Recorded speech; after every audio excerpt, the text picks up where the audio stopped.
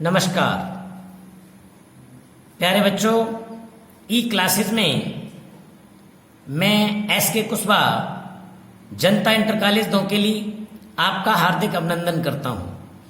प्रिय बच्चों, हमने इससे पहले आपको कक्षा 8 की बुक रेनबो का lesson number 4 a visit to Cambridge पढ़ाया था, जिसमें हमने आपको इस पाठ के मीनिंग्स और इसका हिंदी रूपांतर समझाया था। प्यारे बच्चों, आज हम आपको इस लेसन के पीछे के जो कंप्रेशन क्वेश्चंस हैं, वर्ड पावर है, लैंग्वेज प्रैक्टिस है, इत्यादि जो क्वेश्चंस दिए गए हैं, आज हम उन सबको सॉल्व कराएंगे।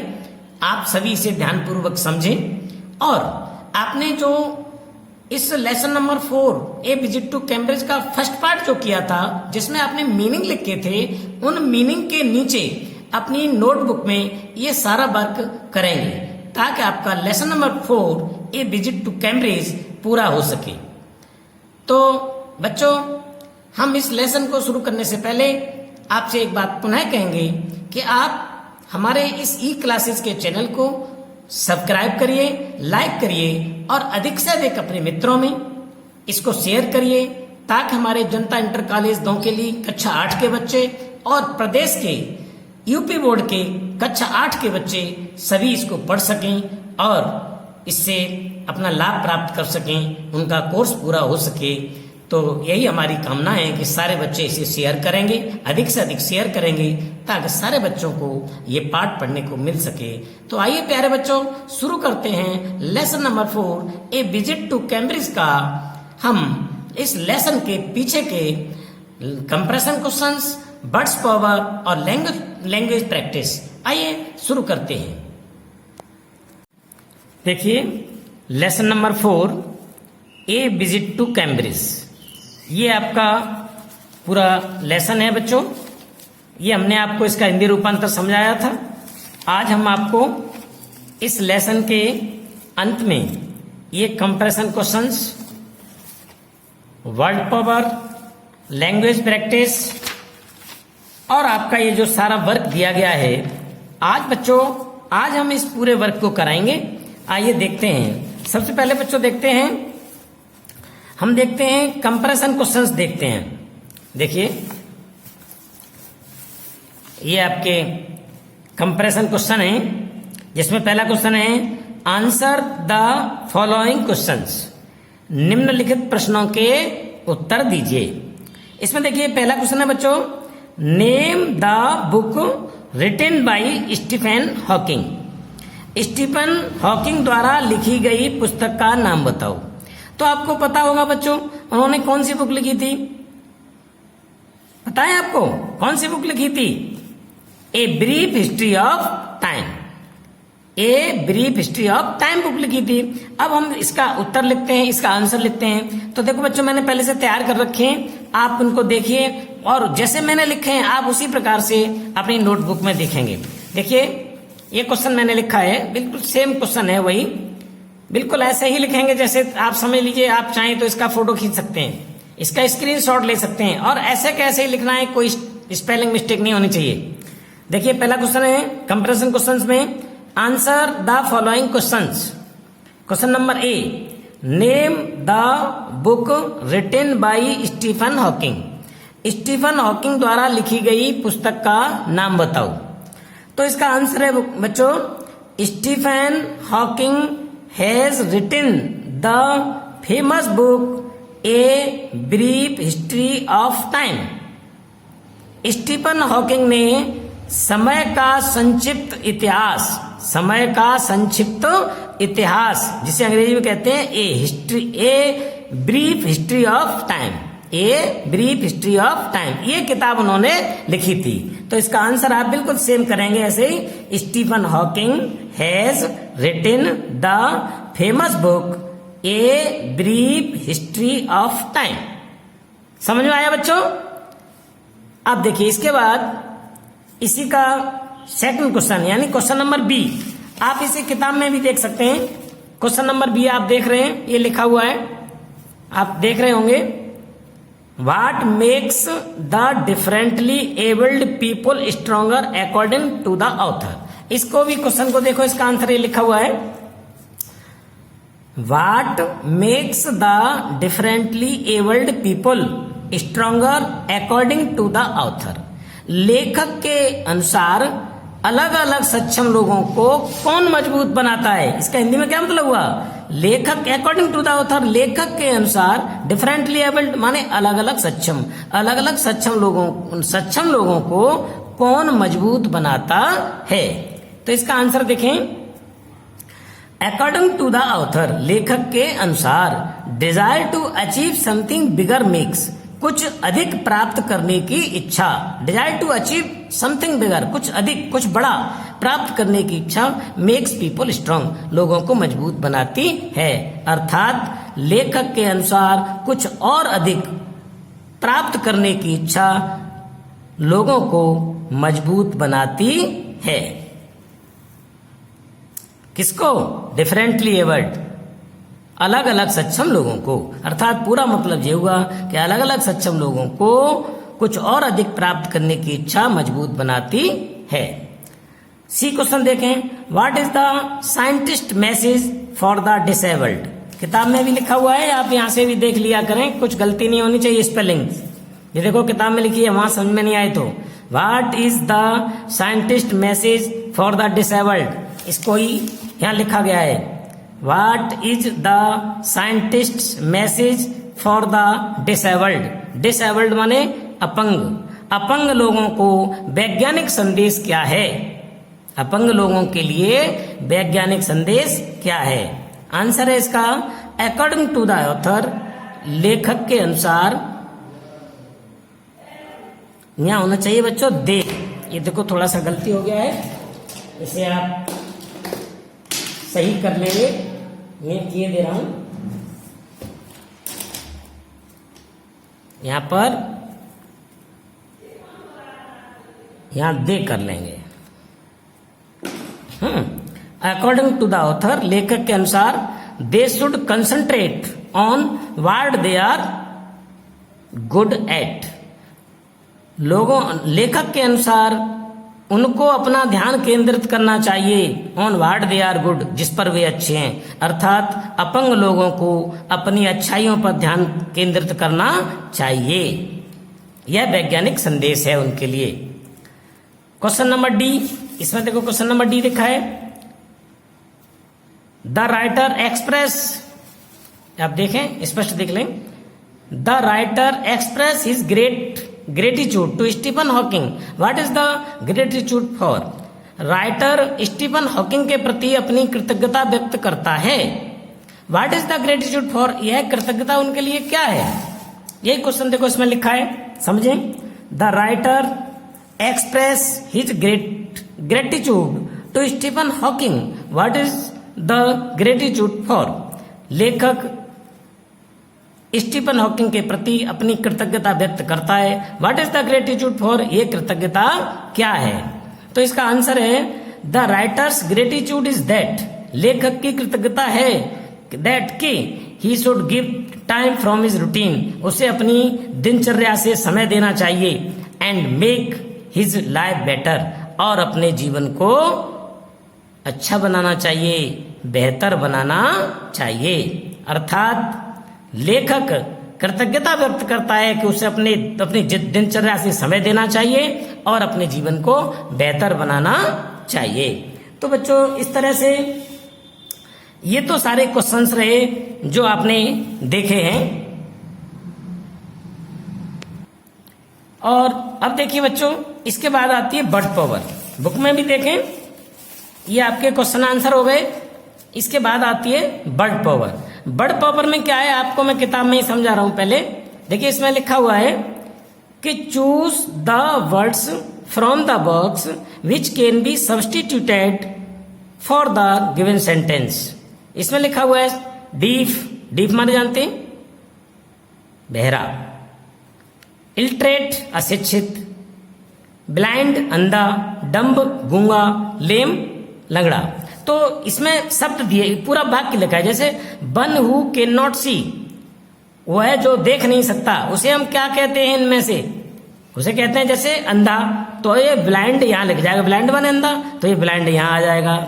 One who cannot here, जो सुन नहीं सकता, उसे क्या कहते हैं, बहरा, तो ये डीफ यहाँ जाएगा, चूंकि डीफ माने बहरा होता है। और इसके बाद सी है one who cannot speak, वो जो बोल नहीं सकता उसे क्या कहेंगे, गूंगा, तो इसमें डम्ब माने गूंगा, तो डम्ब यहाँ भर जाएगा हैं। One who cannot walk, जो चल नहीं सकता उसे क्या कहेंगे, लंगड़ा, तो लेम, यहाँ लेम लिख जाएगा। ऐसे ही one who cannot read और राइट, जो पढ़ नहीं सकता लिख नहीं सकता उसे क्या कहेंगे, अशिक्षित। इसमें क्या है, इल्टरेट, इल्टरेट माने शिक्षित, तो वो यहाँ भर जाएगा। तो इस तरह से आपको ये भरना है। तो ये मैंने आपको करके दिया है, आप सेम ऐसे ही करेंगे। सेम देखिए मैंने किया है, आपको सेम ऐसे ही करना है। वर्ड पावर डालना है। Question number 1, choose the words dot dot dot dot name, इस तरह से लिख देंगे तो ये पूरा क्वेश्चन माना जाएगा। मैं पहले भी आपको समझा चुका हूं। आंसर में ए, वन हु कैन नॉट सी, उसके आगे लाइन खींच के काली पेंसिल से या दूसरी इस नीली के अलावा दूसरी इंक में लिख देंगे blind. One who cannot hear, उसके आगे deaf. One who cannot speak, उसके आगे dumb. One who cannot walk, जो चल नहीं सकता, उसके आगे lame. One who cannot read और राइट, उसे कहेंगे इल्टरेट। तो इसको इसी तरह से कर लेंगे। हिंदी में एक बार फिर समझ लें। वन हु कैन नॉट सी, जो देख नहीं सकता, ब्लाइंड, अंधा हो गया। One who cannot here, जो सुन नहीं सकता, उसे कहेंगे बहरा, deaf. One who cannot speak, जो बोल नहीं सकता, उसे कहेंगे डम्ब, गूंगा। One who cannot walk, जो चल नहीं सकता, उसे कहेंगे लेम यानी लंगड़ा। One who cannot read और राइट, जो पढ़ नहीं सकता लिख नहीं सकता, उसे कहेंगे इल्टरेट यानी अशिक्षित। अब इसी का क्वेश्चन नंबर 2 है, देखिए बुक में समझें। क्वेश्चन नंबर 2 इसी का, क्वेश्चन नंबर 2 का लुक द फॉलोइंग वर्ड्स, जैसे बाग और स्टिक। इसमें क्या है, can you create a meaningful phrase using both these words, यानी ये जो 2 शब्द दिए गए हैं इनमें से आपको एक मीनिंगफुल फ्रेज बनाना है। ये दोनों शब्दों का प्रयोग हो जाए और एक फ्रेज बन जाए। जैसे इट इज सिंपल, बिल्कुल साधारण बात है। कैसे, add ing to verb, ing to verb, इस क्रिया में इंग यानी आईएनजी जोड़ दो, और use to before the noun, और ये नाउन जो दिया है स्टिक, इससे इसके पहले रख दो। And put an article at the beginning, और शुरू में एक आर्टिकल लगा दीजिए, ए एन दी, जो भी अच्छा लगे उसको लगा दीजिए, जिससे सही मीनिंग बन जाए। जैसे उन्होंने करके बताया है। जैसे बाक मान एक क्रिया है, स्टिक एक नाउन है, तो हमने बाक में आईएनजी जोड़ा, क्या हो गया, बाकिंग, और उसके स्टिक से पहले रख दिया ये नाउन और उसके पहले ए, तो ये एक फ्रेज बन गया, ए वॉकिंग स्टिक, ये वॉकिंग स्टिक, टहलने वाली छड़ी। तो इस तरह से ये तमाम सारे शब्द हैं। देखो, now make 6 such phrase using the words given in the box. Box में दिए गए जो इसमें से 6 फ्रेज आपको बनाने हैं। जैसे रीड और लेसन, तो आप रीड में आईएनजी जोड़ देंगे तो क्या बन जाएगा, ए रीडिंग लेसन सेशन, सॉरी ए रीडिंग सेशन, पढ़ने का मौसम। स्माइल फेस, तो स्माइल फेस। रिवॉल्व चेयर, ए रिवॉल्व चेयर। वॉक टूर, ए वॉकिंग टूर। डांस डॉल, ए डांसिंग डॉल। विन चांस, ए विनिंग चांस। तो इस तरह से मैंने आपको करके दिए, आप भी बिल्कुल ऐसे ही करेंगे। देखिए करेंगे कैसे इसको, सेम इसी तरह से करेंगे सभी बच्चे। देखिए मेक 6 डॉट डॉट, ये क्वेश्चन हो गया। आंसर में एक ये टेबल बना लेना, पहले में लिखना गिवन वर्ड्स, ये जो वर्ड्स दिए उनको लिखेंगे, और मीनिंगफुल फ्रेज, ये फ्रेज बन गया। जैसे रीड और सेशन, इन दोनों को मिला के क्या बन जाएगा, ए रीडिंग सेशन, ये फ्रेज बन गया, समझे। Smile face, a smile face, इसमें आईएनजी नहीं जुड़ता तो स्माइल का स्माइल रहेगा। ए स्माइल फेस, रीड में जुड़ जाता है आईएनजी, तो रीडिंग, सब में नहीं जोड़ना है, जिसमें लग सके उसी में जोड़ना है। जैसे रिवॉल्व चेयर, तो रिवॉल्विंग चेयर नहीं होता है, तो ये बन गया ए रिवॉल्व चेयर, घूमने वाली कुर्सी।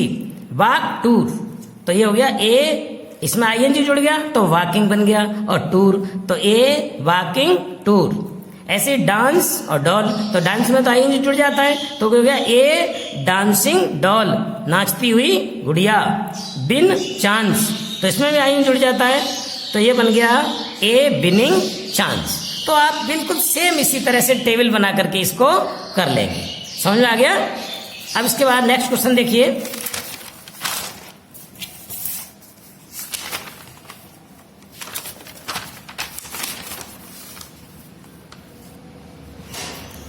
इसके बाद है बच्चों लैंग्वेज प्रैक्टिस। अब आपको हम लैंग्वेज प्रैक्टिस कराते हैं। इसमें देखें, अच्छी तरह से समझें क्या लिखा है। Use neither nor to join the pairs of sentences given below, one has been done for you. यानी इन दिए हुए ये दो वाक्य दिए हैं, इन दोनों वाक्यों को नाइदर और नॉर, इसके द्वारा दोनों वाक्यों को जोड़ना है। जैसे देखिए पहला सेंटेंस है आई डोंट ईट कैंडी, ये पहला सेंटेंस। दूसरा है आई डोंट ईट केक। यानी अब इन दोनों को जोड़ करके एक वाक्य बनाना है, एक सेंटेंस बनाना है, और उसमें किसका प्रयोग करना है, नाइदर और नॉर का। जैसे कैसे बनाएंगे, नाइदर, टेंस नहीं बदलना चाहिए। देखिए ये प्रेजेंट इंडेफिनिट टेंस है तो प्रेजेंट ही रहना चाहिए। तो neither do I eat candy nor cake, दोनों मिल गए। हिंदी क्या हुई, न मैं कैंडी खाता हूं न केक, न मैं कैंडी खाता हूं न केक। वैसे अलग अलग वाक्य थे। आई डोंट ईट कैंडी, मैं कैंडी नहीं खाता। आई डोंट ईट केक, न मैं केक खाता हूं। तो दोनों को मिलाकर के एक वाक्य बना दिया कि न मैं कैंडी खाता हूं और न केक। बस इसी तरह से आपको सारे वाक्य करने हैं। मैंने आपको करके दिखाए, आप उसी तरह से सारे वाक्यों को करेंगे। देखिए ध्यान दीजिए, मैंने क्वेश्चन लिख दिया है use neither dot dot nor like, ये क्वेश्चन हो गया। अब इसका answer they. Question number A, I don't like candy, I don't eat cake. एक बन गया इसका neither do I eat candy nor cake, ये तो मैंने आपको समझा दिया। अगला है इसमें I don't like John, I don't like Peter. यानी ना मैं जॉन को पसंद करता हूं ना मैं पीटर को पसंद करता हूं। एक वाक्य बना दिया कि नाइदर, अब देखो ये भी प्रेजेंट इंडेफिनिट टेंस है तो प्रेजेंट इंडेफिनिट टेंस ही रहना चाहिए, टेंस चेंज नहीं होना चाहिए। नाइदर डू, आई के साथ डू का प्रयोग हुआ। Neither do I like John nor Peter, ना मैं जॉन को पसंद करता हूं और ना पीटर को। अगला है इसी में सी, आप किताब में भी देख लिया करना, बुक में देखो ये बुक में लिखे हुए हैं, तो जहां गलती हो तो आप बुक में भी इनको देख लिया करना। देखो बुक में सी लिखा हुआ है, ये लिखा है he did not come, he did not call.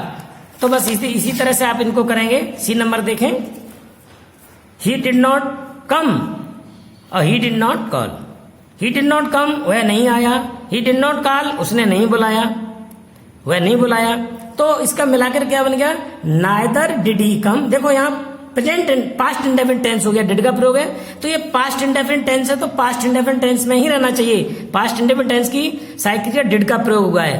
He did not come और ही डिड नॉट कॉल, तो इन दोनों को मिला के उसी टेंस में बनाया पास्ट इंडेफिनिट टेंस में कि neither did he come nor call.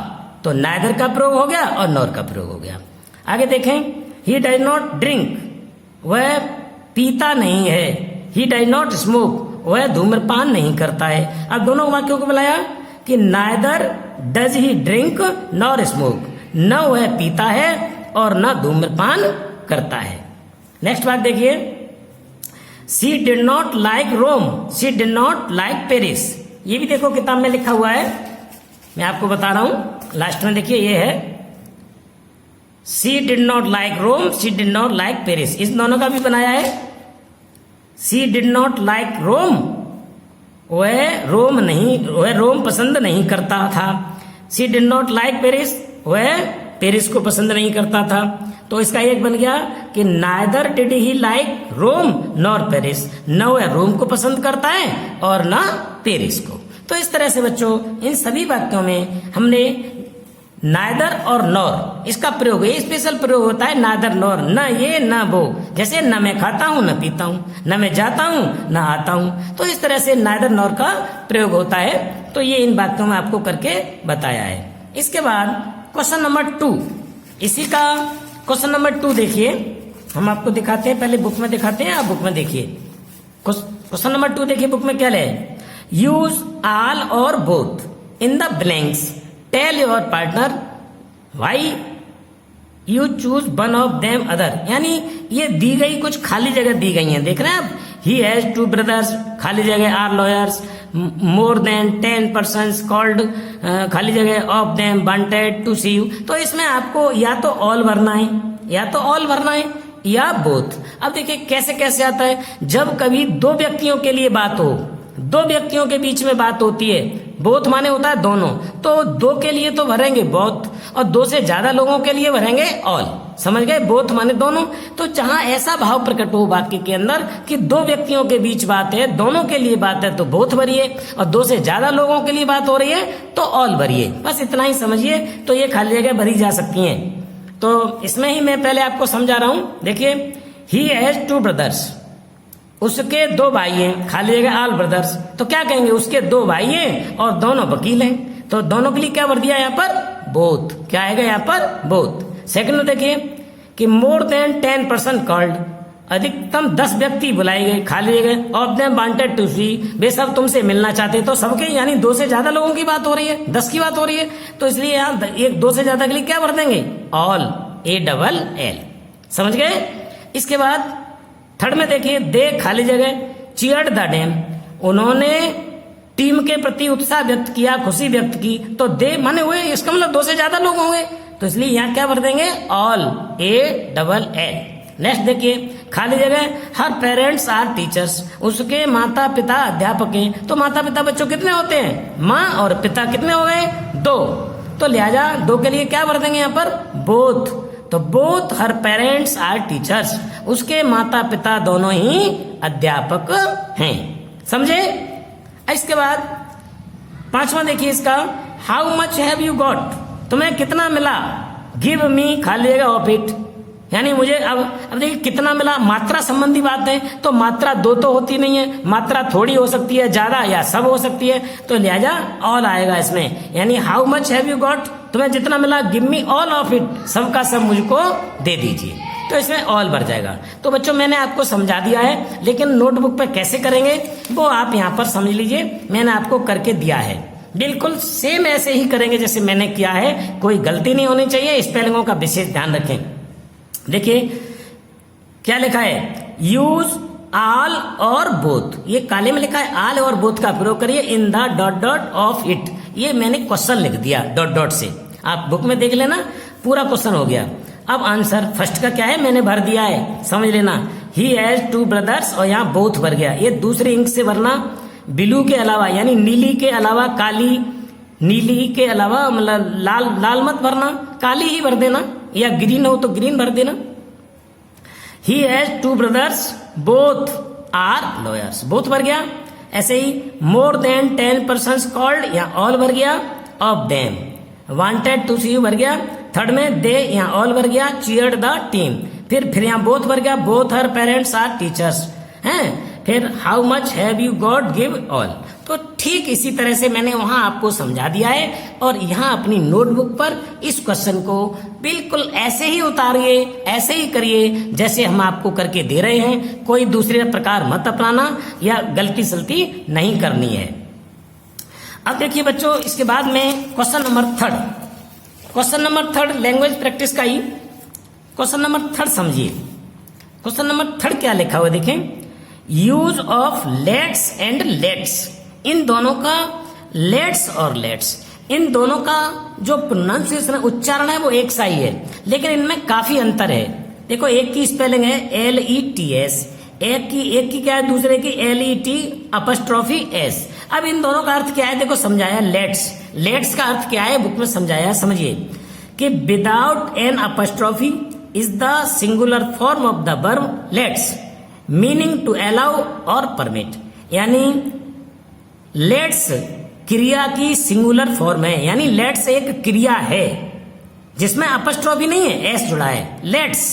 तो इस लेट्स का अर्थ क्या हुआ, टू अलाउ और परमिट, आज्ञा देना या किसी को परमिट करना, यानी किसी को आज्ञा देना, ये इसका हिंदी में अर्थ है। तो कहीं भी जहां आज्ञा देना जैसा आपको महसूस हो रहा है तो वहां पर तो भरिए लेट्स। अब देखिए जैसे एक करके बताया है, see let's the dog out every morning, see let's वह आज्ञा देती है, द डॉग कुत्ते को, आउट एवरी मॉर्निंग प्रत्येक सुबह बाहर जाने की, अर्थात वह अपने कुत्ते को रोजाना प्रत्येक सुबह बाहर जाने की आज्ञा दे देती है, अर्थात बाहर जाने देती है, तो लेट्स आ गया।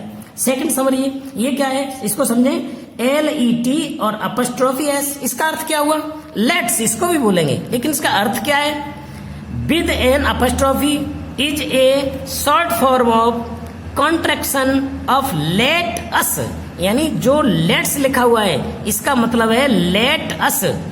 बच्चों जानते हो लेट अस का प्रयोग हम बताते हैं आओ के, आओ है, let us go for a walk, आओ टहलने चलें, let us go for read, पढ़ने के लिए चलें, लेट अस गो स्कूल, स्कूल चलें। तो ऐसे वाक्यों में लेट अस का प्रयोग होता है। देखिए which is used for suggestion और रिक्वेस्ट, इसका मतलब क्या होता है? इसका मतलब है सजेशन, सुझाव देना या प्रार्थना करके किसी को सुझाव देना, रिक्वेस्ट करते हुए सुझाव देना।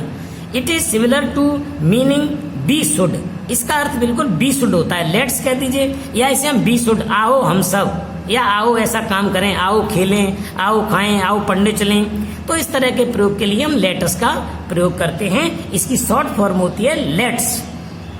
अब देखिए एक और उदाहरण दिया है, लेट अस लर्न मोर, आओ कुछ और सीखें। तो इस तरह से आपको बच्चों ये जो दिए हुए सेंटेंस में खाली जगह भरी हुई हैं, दी हुई हैं, ये जो ब्लैंक स्थान है, इसमें आपको या तो ये भरना है, लेट्स भरना है या लेट्स भरना है। अब देखो इसका अर्थ समझिए, मैं आपको समझा रहा हूं। Now complete the following sentences using let's और लेट्स, या तो लेट्स भरिए या लेट्स भरिए, यानी लेट अस भरिए। देखिए हिज मदर खाली जगह है, him watch TV till night, तो इसमें क्या आना चाहिए? उसकी माता आधी रात तक टीवी, क्या मतलब हुआ? यानी उसकी माता आधी रात तक उसे टीवी देखने की इजाजत देती है, आज्ञा देती है। तो क्या आना चाहिए? लेट्स, LETS माने आज्ञा देना। तो हिज मदर लेट्स आना चाहिए, LETS, let's him watch TV till night. भी देखिए इसका खाली जगह होप फॉर द बेस्ट। अब देखिए यहाँ पर आज्ञा की बात नहीं है, इसका मतलब होप फॉर द बेस्ट, आओ बेस्ट की आशा करें, अच्छे की आशा करें। तो आओ के संबंध में अब हम क्या भर देंगे यहाँ पर? लेट्स, LET और एपस्ट्री वाला ये वाला भर जाएगा, एपस्ट्रॉफी S वाला LETS, let's hope for the best. Next देखिए खाली जगह सी what is on the Meenu. अब ऑन द मीनू, मीनू में क्या है? तो यहाँ आओ मीनू में क्या है? मीनू जानते हो खाने पीने की चीजों में क्या है? तो इसलिए आओ वाले के लिए यहाँ क्या भर देंगे? लेट अस, LETS वाला, लेट्स ये वाला भर जाएगा, अपस्ट्रॉफी वाला। फिर द टीचर खाली जगह द चिल्ड्रन प्ले, अध्यापक ने बच्चों को आज्ञा दी काय की? खेलने की। तो आज्ञा के लिए क्या भर देंगे? लेट्स, LETS, आज्ञा दी जा रही है तो लेट्स भरिए, और आओ का भाव प्रकट हो रहा है तो लेट्स भरिए। आगे देखिए ही खाली जगह his dog to go out, वह अपने कुत्ते को बाहर जाने की क्या देती है? आज्ञा देती है। तो आगे क्या भरेंगे? LETS, क्या भरेंगे यहाँ पर? लेट्स, वह अपने कुत्ते को जाने की आज्ञा देता है, ही है, he lets his dog to go out, वो अपने कुत्ते को बाहर जाने की आज्ञा देता है या जाने देता है। आगे देखिए खाली जगह गो फिशिंग, तो मछली पकड़ने चलें, तो क्या होना चाहिए? आओ मछली पकड़ने चलें। तो आओ के लिए क्या भरेंगे? Let's, LETS, let's go fishing. तो समझ में आया होगा बच्चों पूरी तरह से। अब इसको करना कैसे है मैंने खाली जगह भर के भी दिखाई है, आप इनको भी देख लीजिए, जैसे आपको अपनी नोटबुक पे करना है अच्छी तरह से समझ के कर लीजिए। देखिए क्वेश्चन कैसे लिख देंगे।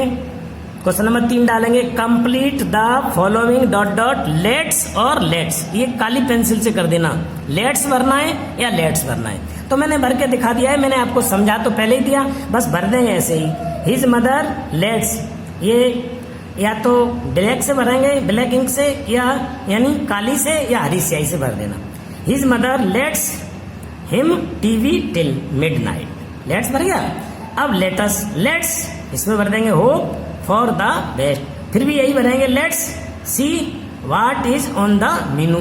फिर नेक्स्ट में डी में देखेंगे the teacher lets the children play. फिर आगे देखिए he lets his dog to go out. Next F में देखें last question, let's go fishing. Hindi समझ लें। ए में देखें his mother lets him TV till midnight, उसकी माँ उसे आधी रात तक टीवी देखने की आज्ञा देती है, लेट्स भर गया। Let's hope for the best, आओ अच्छे की आशा करें। Let's see what is on the menu, आओ मीनू में देखें क्या है। The teacher lets the children play, अध्यापक ने बच्चों को खेलने की आज्ञा दी। He lets his dog to go out, उसने अपने कुत्ते को बाहर जाने की आज्ञा दी, देता है, जाने देता है। लेट्स गो फिशिंग, आओ मछली पकड़ने चलें। तो इस तरह से बच्चों आपकी जो बुक है, जिसका मैंने आपको पहले बताया था, ये लेसन नंबर 4 कक्षा 8 रेनबो का lesson number 4 a visit to Cambridge, a visit to Cambridge, इसके मीनिंग्स मैंने आपको लिखाए थे और इसका पूरा हिंदी रूपांतर समझाया, आप समझे होंगे। और इसके बाद आपको मैंने ये कंपैरिजन क्वेश्चंस, वर्ड पावर हैं, और इसके बाद लैंग्वेज प्रैक्टिस, और ये पूरा वर्क आपको मैंने समझाया है। आप इसे अपनी बुक पर अक्षर से कर लेंगे। तो प्यारे बच्चों, आपने कक्षा 8 रेनबो का ये कक्षा 8 Rainbow lesson number 4 a visit to Cambridge के मीनिंग्स, हिंदी रूपांतर और पाठ के पीछे का पूरा वर्क किया। आशा है आपकी समझ में आया होगा, और यदि आप इसको बार बार पढ़ेंगे, वीडियो को देख करके पढ़ने की कोशिश करेंगे, तो निश्चित ही ये लेसन आपकी समझ में बहुत अच्छी तरह से आएगा। प्यारे बच्चों, इस लेसन नंबर 4 के वर्क को अपनी नोटबुक पर पूरा कर लीजिए। जब भी विद्यालय खुलेंगे, मैं जनता इंटर कॉलेज दोकेली के हर एक बच्चे से कह रहा हूं, जब विद्यालय खुलेंगे तो हम आपके lesson number 1, lesson number 2, lesson number 3, lesson number 4 जो हमने वर्क कराया है उसे अक्षर से जांचेंगे, आपकी नोटबुक को चेक करेंगे। इसलिए कोई भी बच्चा ऐसा नहीं होना चाहिए कि इस वीडियो को देख करके अपना वर्क पूरा न करे। लेसन नंबर 4 तक मैंने रेनबो का वर्क करा दिया है, आप इसे पूरा अवश्य कर लें। ये आपकी पढ़ाई का ही एक हिस्सा है, क्योंकि इस लॉकडाउन के तहत आपका समय गुजर रहा है, तो ई क्लासेस के माध्यम से आपको आपकी बुक का पूरा वर्क करा दिया गया है। साथ ही प्रदेश के सभी बच्चों से हम यही कहना चाहेंगे कि जो भी छात्र, जो भी अभिभावक इस लेसन को देखते हैं, ई क्लासेस को देखते हैं, अपने बच्चों से कहें कि वो ईपी बोर्ड की रेनबो जो बुक है इंग्लिश की, उसके लेसन नंबर 1, 2, 3 एंड 4 इस ई क्लासेस के माध्यम से आपको करा दिए गए हैं। इस वर्क को अवश्य पूरा करें ताकि आपकी बुक का कार्य समाप्त हो सके। तो बच्चों, हम अंत में आपसे एक बात फिर कहना चाहेंगे कि हमारी ई क्लासेस आपको कैसी लगती हैं। आप हमें कमेंट्स लिख करके, कमेंट्स दे करके जरूर बताइए, ताकि हमें पता लग सके कि ई क्लासेस के माध्यम से आपको कितना लाभ हो रहा है। अच्छी लगती हैं तो इन्हें लाइक करिए, और प्लीज हम आपसे फिर कहेंगे कि हमारे चैनल को सब्सक्राइब करिए। सब्सक्राइब करेंगे तो देखिए आने वाली जो हमारी क्लासेस होंगी सबसे पहले आप तक पहुंचेंगी, और जो भी छात्र इसको अधिक से अधिक शेयर करेंगे तो समझ लीजिए प्रदेश के सभी बच्चों को ई क्लासेस देखने का मौका मिलेगा। तो बच्चों, आज इस आशा और विश्वास के साथ कि आपको हमारी क्लासेस पसंद आई होंगी, निश्चित ही आप इन लेसन्स को पूरा करेंगे। हम आपसे विदा लेते हैं। थैंक यू बच्चों, बाय।